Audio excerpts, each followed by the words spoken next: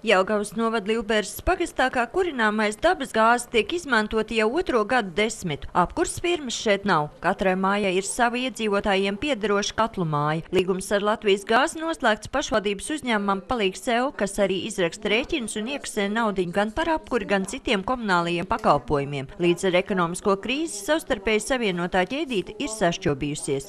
Šobrīd mēs neesam norēķinājušies, mēs vēl esam parādā 8000. Kāpēc? Tāpēc, ka iedzīvotāji nemaksā. Un ir tādi parādnieki, kas par iepriekšējo sezonu mēs vēl joprojām esam. Iedzīvotāji mums ir parādā 5000. Tikmēr gāzes cena turpina augt. Pagājušajā gadā par 1000 kubikmetriem gāzes bija jāmaksā nedaudz vairāk nekā 220 latus, tad tagad jau gandrīz 300 latus. Par 1 kvadrātmetru decembra mēnesī iedzīvotājiem cena atkarībā no patērētā siltuma daudzuma svārstās no 1 lata 26 centīmiem līdz 2 latiem 11 centīmiem. Jo vairāk patērē gāzi, jo cenas ir lētākas.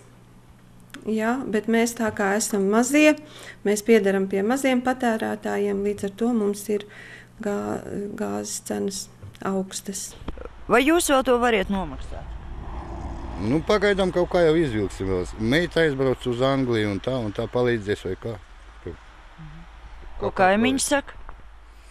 Parādnieki, pusmājas parādnieki. Tā kā pieredze ar gāzes padeves atslēgšanu pagastā jau ir, pie mājām izlikti brīdinājumi. Tikai sāk maksāt tad, kad ir tā apkure, un 5 mēneši nemaksā, tad jau arī sakrājas tā summa. Bet vai jums nav bail, kad atslēgs to apkuru dēļ parādnieku lielā skaitā? Nē, man nav bail. Sildītāji sildīsim. Esam jau nopirkuši. Novada domas izpilddirektors telefona sarunā skaidro, ka parādu nomaksa ir pašu iedzīvotāju atbildība. Tomēr sola ārkārtas situācijā vēst sarunas ar Latvijas gāzi un nepieļaut visu ciemata atslēgšanu no apkures.